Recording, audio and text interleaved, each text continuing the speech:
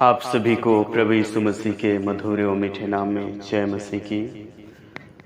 तो मेरे प्यारे अजीजों, आइए आज के सुबह के समय हम सभी को आज एक बार फिर से परमेश्वर ने हमें अवसर दिया है कि हम प्रभु के सम्मुख आकर उनके वचनों को मनन चिंतन करने के लिए हम सभी को पूरे रात भर में अच्छी तरह से सुरक्षित रखा, अपनी निगाह पाना में, छतर छाव में संभाला हर प्रकार की मुसीबतों से। ये हम ना सोचे कि परमेश्वर रोज ही तो हमें वैसा संभालता है, ये गलत है। परमेश्वर की दया और करुणा है हमें संभालने का, ठीक है, क्योंकि हम कल के विषय में नहीं जान सकते हैं कि हमारे जीवन में क्या होगा। इसलिए जब परमेश्वर हमें सुरक्षा करता है, हमें दिन दिखाता है, तो ये बहुत ही धन्यवादी योग्य है, बहुत ही एक परमेश्वर का उपकार है। क्योंकि बहुत से लोग देख नहीं पाते हैं, गुजार जाते संसार से, लेकिन हम सभी को तब भी उस स्थिति से बचाकर हमें संभालता है। तो इसलिए हमें बहुत ही जरूरी है कि हम प्रभु को धन्यवाद दें, क्योंकि हम सभी एक विश्वासी, ये तो प्रभु के अनुयायी होने के नाते हम सभी जान पाते हैं कि प्रभु को धन्यवाद देना, इज्जत देना, महिमा देना कितना जरूरी है, क्योंकि वो हमें फ्री से जीवन और श्वास हमें देता है। तो हम उनको क्या दे सकते हैं? हम उनको धन्यवाद दे सकते हैं, महिमा दे सकते हैं, ठीक है। तो आइए आज के सुबह में मेरे प्यारे माता पिता एवं भाई और बहनों, जब परमेश्वर ने आज की यह दिन हमें मौका अवसर दिया है, तो हम पूरे दिल और मन से प्रभु को धन्यवाद दें। आइए हम लोग प्रार्थना करेंगे कि परमेश्वर आज के जो भी इस सुंदर वचन संगति है, जो वचन सेशन है, उस पर हमें अगुवाई करे, मदद करे, ताकि हम एक नई वचनों को, नई शिक्षाओं को, प्रभु की एक नई कहे हुए वायदों को हम जान सकें। आइए हम लोग प्रार्थना करेंगे। सर्वशक्तिमान अनुग्रहकारी पिता, सचमुच में इस सुबह के समय के लिए हम धन्यवाद देते हैं कि पिता हम सभी को आज एक बार फिर से अवसर दिया कि आपकी उपस्थिति में आकर हम आपके जीवित वचन के ऊपर मनन चिंतन करने के लिए। सो आई मेरे प्रभु, ये आपके पूरे अनुग्रह दया के लिए दिल से धन्यवाद देता हूँ। खुदान पिता, सचमुच में आपने पूरे रात भर में हम सभी को हर प्रकार की मुसीबत, परीक्षाएं, तरह तरह की समस्या, हमारे मेरे तो हर प्रकार की जोखिम, रोग रोगिस्ताओं से हमें संभाला, और यह दिन दिखाकर प्रभु इस वचन मनन संगति में प्रभु आपने हमें अवसर दिया कि हम आपके साथ आपके वचनों को सीखने के लिए पवित्र आत्मा प्रार्थना करते हमें अगुवाई दे, मदद कर कि हम जो पवित्र आत्मा के द्वारा रचे हुए वचनों को हम समझ सकें, क्योंकि आपके बगैर हम वचनों को समझ नहीं पाएंगे। इसलिए हमें आत्मिक वरदानों से, ज्ञान से, बुद्धि से भर दें, और जितने भी आज के वचन को, जो आवश्यकता वचन आप हमें दे रहे हैं, उन सारे वचनों को आज जितने लोग सुनेंगे, उन सभी को भी समझने की शक्ति दे, ताकि वचन को यदि सुनेंगे ताकि वो समझने भी पाए, ताकि उन लोग आशीष से भर जाएं और उनको सांत्वना मिले। दुख और परिस्थिति में जितने भी पड़े हुए लोग भी आज के वचन को सुनेंगे, उनको शांति मिले, उनको चंगाई मिले, ये विनती करता हूँ। अनुग्रहकारी पिता, ये प्रार्थना करते हुए प्रभु आज का यह संदेश बहुतों तक पहुंचे, ताकि वे लोग भी हर तरह की दुख तकलीफों से, समस्याओं से जितने भी ग्रसित हैं, यदि आज के वचनों को वे लोग भी सुनेंगे, तो वे लोग उस तरह के दुख और कष्टों से छुटकारे हो जाएं, क्योंकि यदि उन तक आपके वचन पहुंचने से उनका पूरा शरीर चंगे होने पाए। अनुग्रहकारी पिता, ये विनती करता हूं और आपकी अगुवाई चाहते हुए ये छोटी सी प्रार्थना धन्यवाद करके यीशु के नाम से मांगता हूं, आमीन। मेरे प्रियो, आप सभी को एक बार फिर से प्रभु यीशु मसीह के नाम में मसीही नमस्कार, जय मसीह की।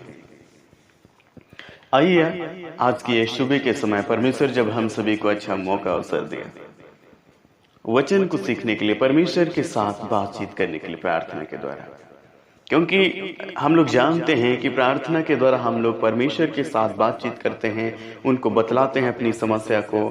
तो हमें वचन के द्वारा हम सभी के साथ बातचीत करता है।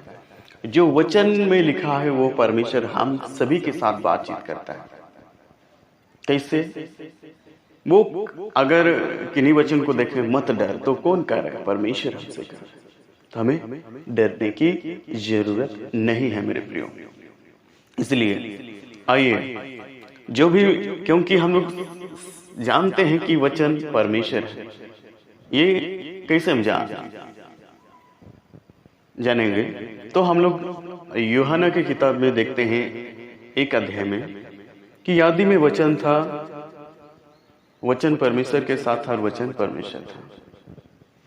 क्योंकि ये जो वचन है ये परमेश्वर है, इसलिए जब हम वचन से मनन करेंगे तो परमेश्वर के साथ उनका जो कह रहा है वो हमसे बोल बातचीत करेगा, जिसे हम यदि ध्यान से सुनेंगे और उनको ग्रहण करेंगे प्रभु की बातों को, तो हमें आशीष से लबालब कर देता है और कर देगा।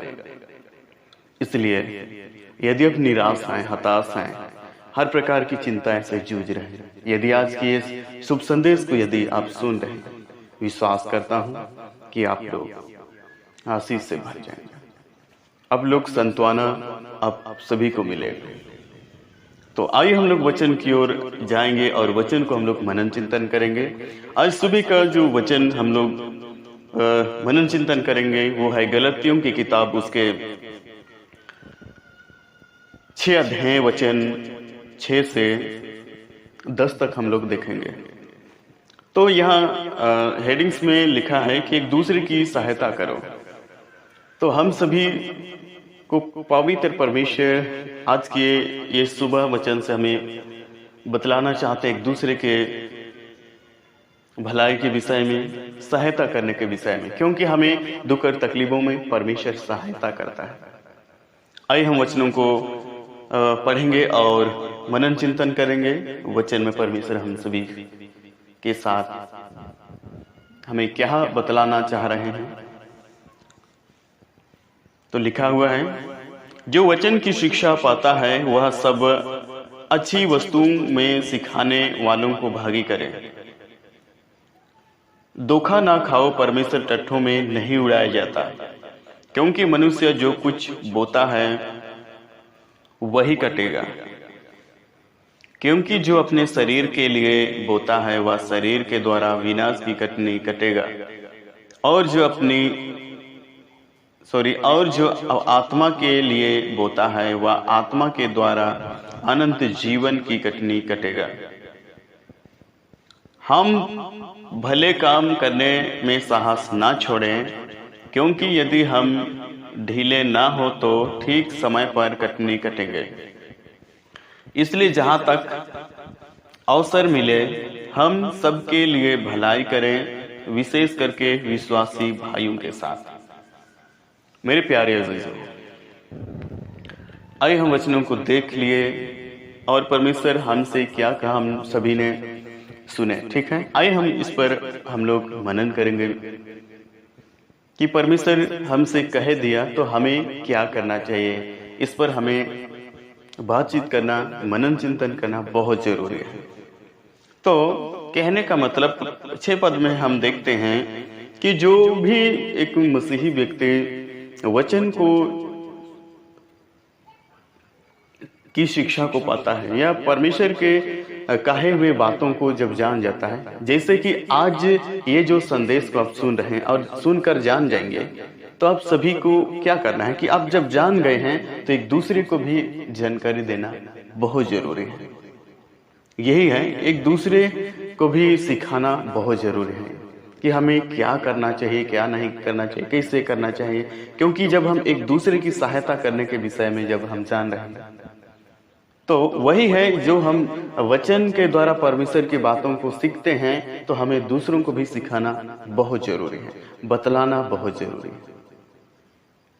यीशु ने जब 2000 साल पहले आया, परमेश्वर की बातों को बतलाया, सिखलाया उनके चेलों को और हम तक पहुंचाया, हम लोग जाने और हम भी दूसरों को सांत्वना देते हैं प्रभु के नाम से, वचन से, ताकि वे लोग निराश हताश से वे लोग छुटकारे पाएं।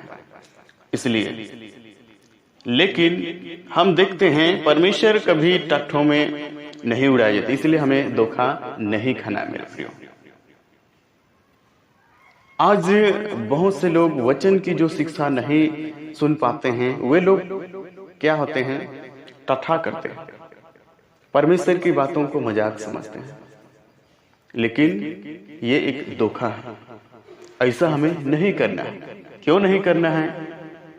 आगे हम लोग देखते हैं कि जो मनुष्य जो कुछ बोता है, वो कहने का मतलब जो कुछ जैसा भी वो जीवन जी रहा है, यदि वो शारीरिक तौर से पाप और बुराई में जी रहा है तो वो विनाश का कटनी कटेगा।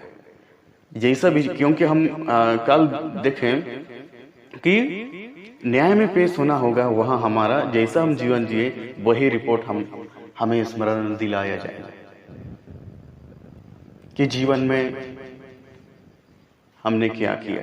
इसीलिए ये बात को हमें समझना है। आज ये बात को क्यों नहीं समझ पाते हैं? क्योंकि वो वचन की शिक्षाओं को नहीं जानने से। यदि वो जानता तो उस तरह का परमेश्वर का नाम को मजाकी में नहीं लेता। इसलिए आइए, बहुत से लोग आधा अधूरा वचन की शिक्षा को जानते हैं, तो फिर वे लोग किसी कारणवश परीक्षा में पढ़कर प्रभु से पीछे हटते हैं, तो वो लोग मजाक या तो टट्ठा करने लग जाते हैं। तो इस तरह की परिस्थिति में हमें सचमुच में 6 पद के अनुसार जब हम जान रहे हैं, तो एक दूसरे को हमें गंभीरता की सच्चाई को परमेश्वर के बारे में हमें बतलाना बहुत जरूरी है, ताकि वो धोखा ना खाएं। और आज के ये वचन सुन रहे हैं तो हमें भी सतर्क रहने की जरूरत है, क्योंकि सर्वशक्तिमान परमेश्वर, पूरे ब्रह्मांड, पूरे सृष्टि को रचने वाले परमेश्वर के साथ उनके नाम और को हम टट्ठा नहीं, मजाक में हम नहीं ले सकते हैं, क्योंकि वो महान है। क्षणिक भर में हमारा श्वास को रुक सकता है। जीवन और मृत्यु उन्हीं के हाथों में। जीवन का श्वास का जो बटन है, रोकना और श्वास देना, उन्हीं के हाथों में। ठीक है, तो एक उदाहरण देता हूं, जो कि कैन और हाबेल, ये अब भाई थे। तो एक दिन क्या होता है कि कैन अपना छोटा भाई का घात करता है, मर देता है।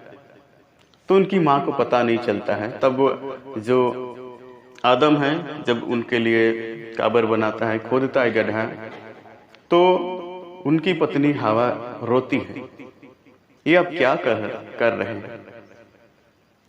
तो कैन की भाई को जो हाबिल है, उनको हिला के उठाते हैं, लेकिन आदम कहता है, जो हवा की पत्नी, कि ये इनकी श्वास को परमेश्वर ने ले लिया है, ये अब मर गया है, क्योंकि कहा है कि तुम मिट्टी से बने हो, मिट्टी में मिल जाएगा। इस तरह।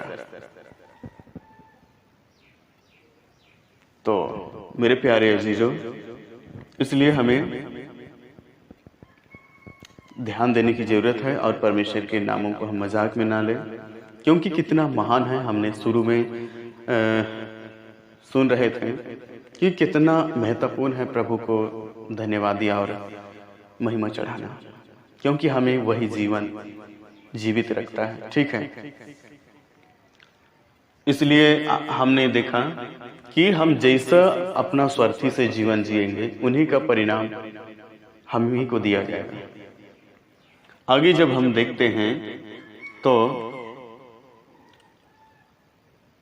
क्या लिखा हुआ है, और जो आत्मा के लिए बोता है वह आत्मा के द्वारा अनंत जीवन की कटनी कटेगा। कहने का मतलब आत्मिक जीवन जिएगा, परमेश्वर के नियम और परमेश्वर के हुक्म वचन के अनुसार जीवन को व्यतीत करेगा, तो वो अनंत जीवन का कटनी कटेगा। यानी यदि वो मर जाए तो वो स्वर्गीय अधिकारी हो जाएगा। परमेश्वर उनको अनंत जीवन देगा, जहां की न तो वहां दुख है, न तो तकलीफ है, न तो वहां हिंसा, डाह, झगड़े, कुछ नहीं। एक सुख और चैन का आराम जो सर्वशक्तिमान परमेश्वर रहता है, जहां परमेश्वर की महिमा बहुत ही अच्छा से वहां होता है। तो ये हम जानते हैं। आगे हम देखते हैं 9 पद में, तो हम सभी को ये बात ध्यान देना है कि अच्छाई करने के लिए हमें साहस नहीं छोड़ना है, क्योंकि हम सभी मसीही लोग हैं और हम पर सताव या तो कई तरह का टट्ठा मजाकी हमारे जीवन में होता है। ये तो शैतान की चालाकी है, हम सभी मसीहों को घुरमाना, भरमाना, झूठी बातों से, कई तरह की बातों से टट्ठा मजाक करना एक मसीही के ऊपर, ये हमारे जीवन में होता है, क्योंकि यीशु के साथ भी इसी तरह किया गया। और यीशु कहता है कि हमसे जितने पहले थे, जितने प्रभु के भक्त थे, जितने प्रभु के चेले थे, उन भविष्यवक्ताओं को भी इन्हीं रीति से सताया गया था। लेकिन हमें ध्यान देना है कि हमारे लिए स्वर्ग में एक बड़ा फल है, तो हमें आनंद की बातें समझना बहुत जरूरी है। ठीक है, तो आगे हम लोग देख पाते हैं। तो इसलिए हमें साहस नहीं छोड़ना है भलाई करने के लिए, एक दूसरे को बतलाने के लिए। जब हम एक नई बातों को, वचनों को, प्रभु के कहे नियम को जानते हैं, तो एक मसीही लोगों को हमें ध्यान देना है, उन सभी को बतलाना है, क्योंकि आपसी में मसीही का एक प्रेम को, संदेश को बांटना बहुत जरूरी है। क्योंकि कलीसिया में सभी लोग एक तरह से नहीं होते हैं। किन्हीं लोग जल्दी समझ पाते हैं परमेश्वर के वचन, किन्हीं लोग नहीं समझ पाते हैं। तो सभी लोग एक जैसा तुरंत नहीं समझ पाते हैं।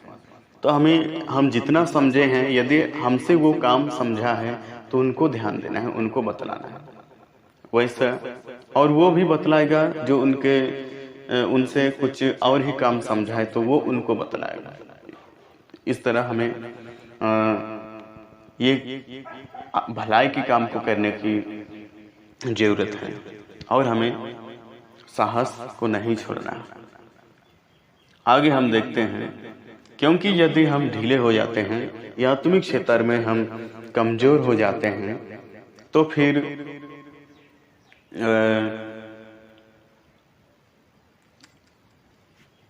हमारे जीवन में मुसीबत, समस्या, शैतान लाना आरंभ करता है। यदि हम ढीले ना हो तो क्या होगा? यदि हम ढीले नहीं रहेंगे, यदि हम मजबूत रहेंगे आत्मिक जीवन में, तो फिर हम लोग एक निश्चित समय में परमेश्वर अपनी इच्छा के द्वारा हमें सही समय में हमें हमारा जीवन श्वास को ले जाएगा, और हमारा सही समय में कटनी हो जाएगी, यह हम विदा हो जाएंगे संसार से।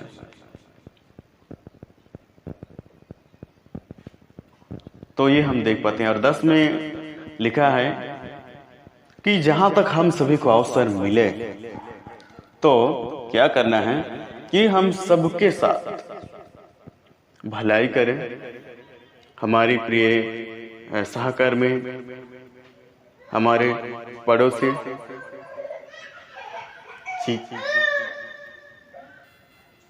अपने परिवार के लोगों के साथ। तो हर एक लोगों के साथ हमें क्या करना है? भलाई करना है। विशेषकर यहाँ वचन में तो लिखा है, विशेषकर के विश्वासी भाइयों के साथ, विश्वासी भाई या बहन, सभी लोगों के साथ हमें क्या करना है? भलाई करना है, एक दूसरे को मदद करना है, सहायता करना है। तो ये विषय हम लोग देख पाते हैं। तो आइए आज के सुंदर वचनों के द्वारा परमेश्वर ने हम सभी को सिखलाया, बतलाया, जिसे हमने जान लिए, तो अपने मन में संजोए के रखें और हम इनका अनुकरण करें, पालन करें। एक बात कहना चाहता हूँ, जब हम एक समय संसारिक जीवन जीते थे शारीरिक अनुसार, जब हम आत्मिक जीवन में आ जाते हैं, तो हमें शारीरिक जीवन से जीवन को जीकर हम शुरुआत किए और आत्मिक जीवन में आए, तो उन्हीं में हमें हमारा जीवन का अंत करना है। लेकिन बहुत से लोगों का जीवन क्या होता है कि जल्दबाजी में आत्मिक जीवन में डायरेक्ट वो घुस जाते हैं, बिना मन फिराए, आत्मिक जीवन को जीना शुरू कर देते हैं, एक मसीही जीवन जीना शुरू कर देते हैं। समस्या, परीक्षा, मुसीबत आ जाए तो वो लोग क्या हो जाते हैं, उनसे भटक कर शारीरिक जीवन में लौट जाते हैं और उन्हीं में वो लोग क्या करते हैं, जीवन को अपना गंवा देते हैं। तो ऐसा में हमारा विनाश हो जाएगा। विनाश की घटनी मतलब परमेश्वर हमें अपने राज्य में जाने की अनुमति नहीं देगा, लेकिन वहाँ जो उनके विरोधियों के लिए बनाएगा वहाँ हमें भेज देगा। इसलिए हम शारीरिक जीवन से आत्मिक जीवन में जब हम आए हैं तो उन्हीं पर हमारा जीवन होना चाहिए, प्राण देने तक, तो ताकि हम इज्जत के साथ परमेश्वर के राज्य में हम प्रवेश करने पाए। तो आइए ये सुंदर वचन के लिए प्रभु का धन्यवाद हो। तो आज के लिए इतना ही मेरे प्रियो, आप सभी को इन वचनों से और एक बार कहता हूँ, बहुत आया से आशीष करें। आप लोग ये संदेश को आपस में एक दूसरे के साथ बांटिए, भेजिए, ताकि वे भी जाने, संतवाना पाए, आशीष पाए। जय मसीह।